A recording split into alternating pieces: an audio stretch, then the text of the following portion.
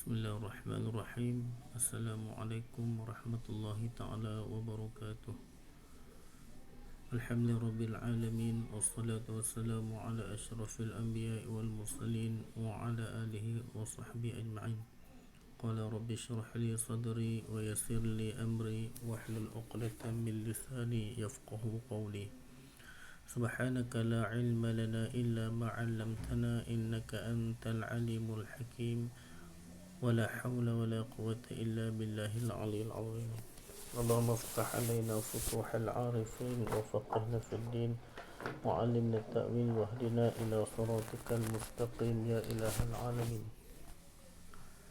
Alhamdulillah, bersyukur kita kepada Allah Subhanahu wa taala. Pada hari ini Allah Subhanahu wa taala masih lagi memberikan ruang dan kesempatan kepada kita untuk kita sama-sama menuntut ilmu Allah Subhanahu wa taala. Insya-Allah pada hari ini kita akan menumpukan kepada pelajaran tajwid.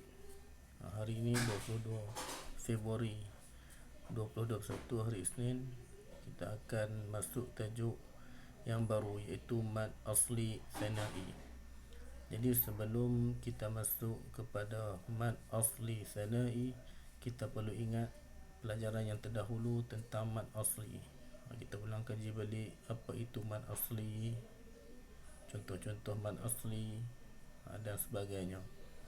Jadi insya-Allah pada hari ini kita akan masuk pelajaran seterusnya, mad asli sanai.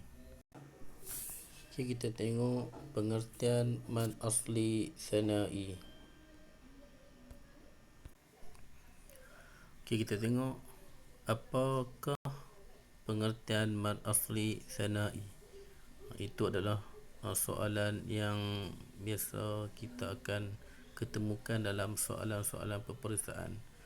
Okay, jawapan dia mad yang terdapat pada pembukaan surah tertentu, ejaan hurufnya 3 dilafaz dengan 2 huruf dan diakhiri dengan huruf hamzah. Sekali lagi, mad yang terdapat pada pembukaan surah tertentu, ejaan hurufnya 3 dilafaz dengan 2 huruf dan diakhiri dengan huruf hamzah. Okay, kita tengok sekali lagi, mad yang terdapat pada pembukaan surah tertentu, ejaan hurufnya 3 dilafaz dengan 2 huruf dan diakhiri dengan huruf hamzah. Itu pengertian mad asli sanai. Okay, kadar bacaan mad asli sanai ialah 2 harakat sahaja. Kadar bacaan 2 harakat sahaja. Lagi akan datang insya-Allah kita akan tengok contoh-contoh mad asli sanai. Murid-murid yang dirahmati oleh Allah Subhanahu wa taala, kita tengok yang ketiga. Mad asli sanai juga dikenali sebagai mad asli harfi.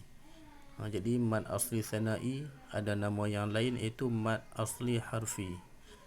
Kalau ada dalam soalan peperiksaan, apakah nama lain bagi mad asli sanai? Jadi jawapan dia ialah nama lain bagi mad asli sanai ialah mad asli harfi. Jadi murid-murid yang dirahmati Allah Subhanahu wa taala, insya-Allah kita akan tengok huruf mad asli sanai. Murid-murid, huruf mad asli sanai ada 5, iaitu yang pertama huruf ha, yang kedua huruf ya, yang ketiga huruf ta, yang keempat huruf ha, yang kelima huruf ra. Jadi mad asli sanai ada 5 huruf sahaja, iaitu ha, ya, ta, ha, ra. Okay, jadi jika ditanya kepada kita berapakah huruf mad asli sanai, jadi jawapan dia adalah 5, iaitu huruf ha, ya, ta, ha, ra. Murid-murid, kita kita tengok contoh yang diberikan itu. Kita baca dulu huruf ayat yang di bawah tu. A'udzubillahi minasyaitonirrajim. Kaf ha ya ain sad. Okey, huruf yang berbaris warna merah, huruf ha dan ya adalah huruf mad asli thanai. Kita perlu baca dua harakat. Sekali lagi Ustaz sebut, huruf ha dan ya yang bergaris merah itu adalah huruf mad asli thanai, ataupun nama yang lain adalah mad asli harfi. Contoh yang kedua adalah dalam surah Yasin. Okay, Ustaz akan baca. A'udzubillahi minasyaitonirrajim. Yasin. Murid-murid yang dirahmati Allah Subhanahu wa taala, anak panah yang berwarna merah yang menunjukkan adalah huruf mad asli thanai, iaitu huruf ya.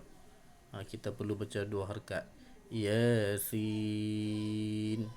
Macam tu bacaan dia. Jadi murid-murid yang dirahmati Allah Subhanahu wa taala, kita tengok lagi huruf-huruf yang lain. Contoh yang seterusnya, a'udzubillahi minasyaitonirrajim. Alif lam mim ra. Huruf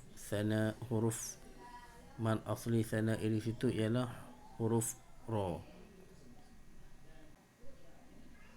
Murid-murid yang dirahmati Allah Subhanahu wa taala, huruf mad asli thanai yang seterusnya adalah huruf ha. Huruf ha di sini, huruf ha.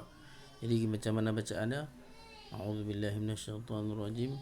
Hamim. Jadi huruf ha itu dibaca kadar dua harakat. Contoh seterusnya adalah huruf ta dan ha. Dalam surah Taha kita baca macam mana? Taha. Jadi huruf ta tu kita baca dua harakat, ha juga kita baca dua harakat. Jadi di situ menunjukkan mad asli thanai. Contoh-contoh di bawah tu adalah contoh-contoh mad asli thanai. Jadi murid-murid yang dirahmati Allah Subhanahu wa taala, jika ditanya kepada kita apakah contoh mad asli thanai, jadi contoh-contohnya adalah seperti berikut. Ada 5 contoh di situ yang kita boleh berikan dalam jawapan kita. Alhamdulillah, selesai sudah untuk pelajaran kita tentang mad asli dan mad asli thanai. Jadi seterusnya insya-Allah kita akan masuk untuk pembelajaran kita yang kedua, iaitu mad far'i. Kita akan tengok apakah mad far'i. Kalau kita tengok pada bahasa, kita lihat mad far'i pada bahasa ialah pecahan ataupun cabangan. Fara'a dalam bahasa Arab disebut far'un. Far'un kita terjemah dalam bahasa Melayu ialah pecahan ataupun cabangan. Pada istilah ilmu tajwid, mad yang dibaca lebih harakatnya daripada mad asli kerana terdapat hamzah atau tanda sukun selepas huruf mad. Sekali lagi, pada istilah ilmu tajwid, mad yang dibaca lebih harakatnya daripada mad asli kerana terdapat hamzah atau tanda sukun selepas huruf mad. Itu adalah makna mad far'i dari segi istilah ilmu tajwid. Jika ditanya kepada kita apakah pengertian mat far'i pada istilah ilmu tajwid? Maka jawapan anda ialah mat yang dibaca lebih harokatnya daripada mat asli kerana terdapat hamzah atau tanda sukun selepas huruf mat. Murid-murid yang dirahmati oleh Allah Subhanahu wa taala, kita tengok pembahagian mat far'i terbahagi kepada 13. Terbagi kepada 13. Kita tengok yang pertama. Yang pertama adalah mat wajib muttasil. Mat wajib muttasil. Yang kedua ialah mat jaiz munfasil. Mat jaiz munfasil. Okay, yang ketiga mat arid disukun. Mat arid disukun. Yang keempat ialah mat badal. Yang kelima mat iwad. Yang keenam mat lazim kalimi musaqqal. Yang ketujuh ialah mat lazim kalimi mukhaffaf. Yang ke-8 mat lazim harfi musaqqal. Mat lazim harfi musaqqal. Yang ke-9 mat lazim harfi mukhaffaf. Yang ke-10 mat lin. Yang ke-11 mat silah. Yang ke-12 mat farqi. Yang ke-15 ialah mat tamkin. Jadi selesai sudah mat yang disebut. Semua ada 13. Mat far'i pecahan dia ada 13. Nanti insya-Allah Ustaz akan hurai satu persatu. Apa itu mat wajib, apa itu mat jaiz, apa itu mat arid, sehinggalah 13 pecahan daripada bahagian mat far'i. Murid-murid yang dirahmati Allah Subhanahu wa taala, kita tengok dalam kotak hijau tu, soalan yang sering ditanya ialah lengkapkan 13 bahagian mat far'i. Jadi dia akan bagi, mungkin dia akan bagi 5 daripada 13 dan kita perlu lengkapkan 6 yang baki. Itu antara soalan yang akan ditanya, ataupun akan ditanya juga kepada kita berapakah pecahan mat far'i. Jadi jawapannya 13. Itu antara soalan yang sering ditanya. Murid-murid yang dirahmati Allah Subhanahu wa taala, insya-Allah pada hari ini juga Ustaz akan jelaskan apa itu mat wajib muttasil. Yang pertama dahulu, kita akan tumpu kepada mat wajib muttasil.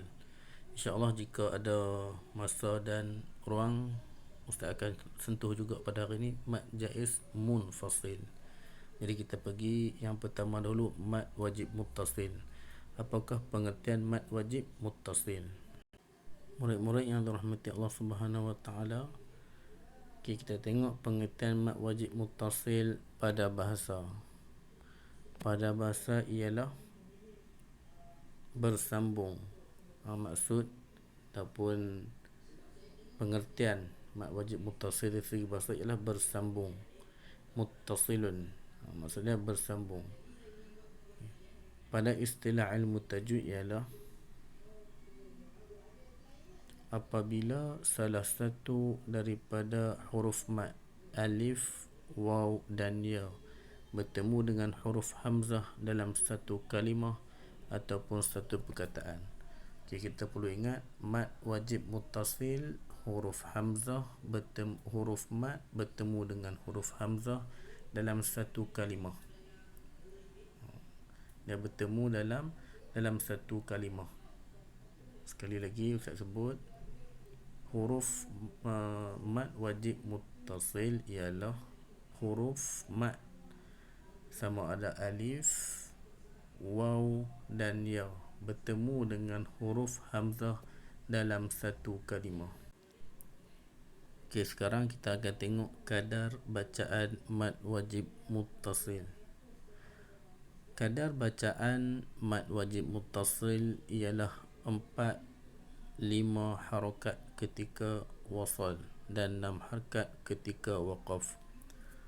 Okey, kadar mad wajib muttasil ialah 4 dan 5 harakat ketika mana kita membaca dalam keadaan ayat berada di tengah-tengah ayat, dan 6 harakat ketika dia waqaf. Ketika waqaf kita baca 6 harakat. Waqaf tu apa? Waqaf tu ketika mana kita berhenti, kita perlu baca 6 harakat. Kita lihat sedikit info yang diberi. Cara mengira harakat: satu harakat, satu gerak jari. Jadi kalau kita nak kira harakat, kita kira satu harakat adalah satu gerakan jari. Dua harakat ialah dua gerak anak jari atau dua alif. Dua harakat, dua gerak anak jari ataupun dua alif. Murid-murid yang dirahmati Allah Subhanahu Wa Taala, kita tengok sikit dalam petak yang hijau. Soalan akan ditanya, antaranya ialah sebab ataupun mengapakah dinamakan mad wajib muttasil. Jadi jawapan dia di sini. Ia dinamakan mad wajib muttasil kerana huruf mad bertemu hamzah dalam satu kalimah. Sebab itulah dinamakan mad wajib muttasil. Murid-murid yang dirahmati Allah Subhanahu Wa Taala, kita tengok pula contoh mad wajib muttasil. Contoh mad wajib muttasil. Okey, yang pertama, huruf alif bertemu hamzah. Huruf alif bertemu hamzah. Okey, yang pertama huruf mad alif bertemu dengan huruf hamzah. Kita tengok bacaan yang pertama. A'udzu billahi minasyaitonir rajim. Bismillahirrahmanirrahim. Tasaalun.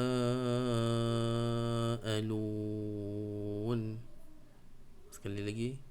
Tasaalun.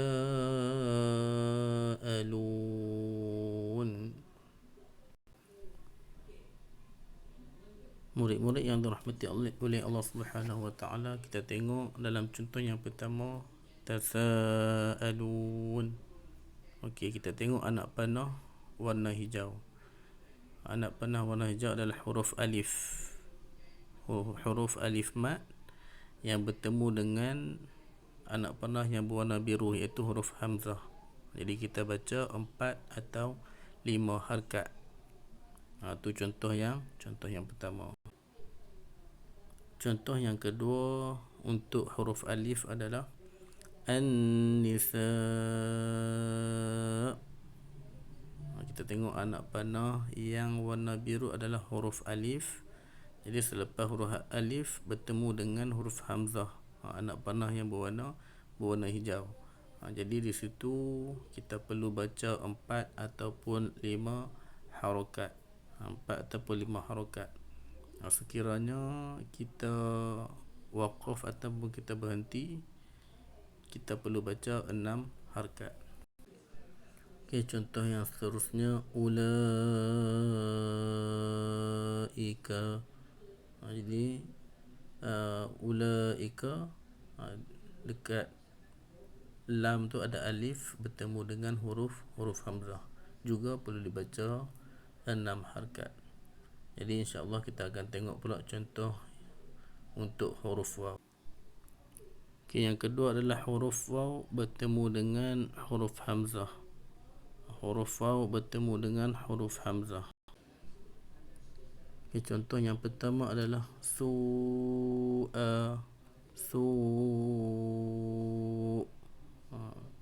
Huruf waw tu yang warna hijau tu, anak panah warna hijau bertemu dengan huruf hamzah. Tengok anak panah yang warna biru.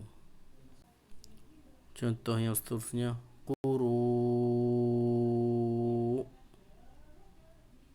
Dan contoh yang terakhir untuk huruf waw bertemu dengan huruf ya adalah bisu. Itu cara bacaan untuk mad wajib muttasil. Kita lihat pula untuk contoh yang ketiga, huruf ya bertemu dengan huruf hamzah. Okay, antara contoh dia hani'a, hani'a. Yang kedua mari'a. Yang ketiga ialah waji'a. Kita baca 4 ataupun 5 bila di tengah ayat. Dan kalau kita wakaf, kita akan baca 6 harakat. Murid-murid yang dirahmati oleh Allah Subhanahu. Kita cuba baca ayat dalam surah Al-Ma'un. A'udzu billahi minasyaitonir rajim. Alladzina hum yura'un.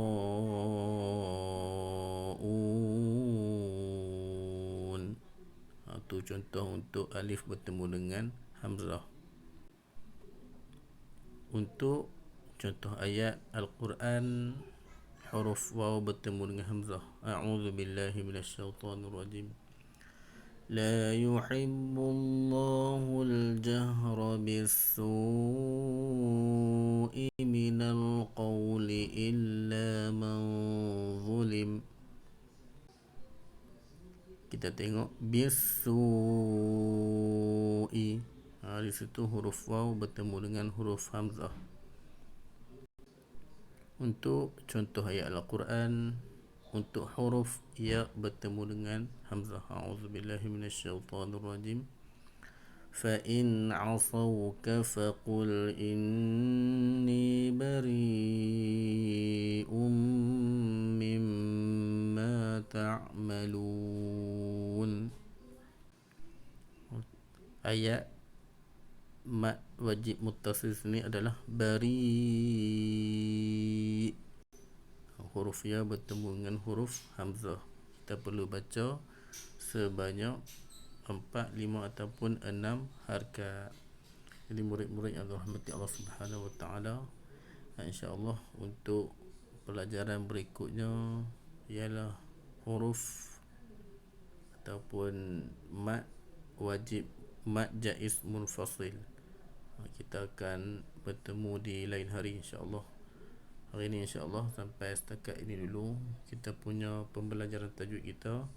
Mudah-mudahan segala ilmu yang kita dapat praktikkan insya-Allah. Wabillahi taufiq wa hidayah. Wassalamualaikum warahmatullahi taala wabarakatuh.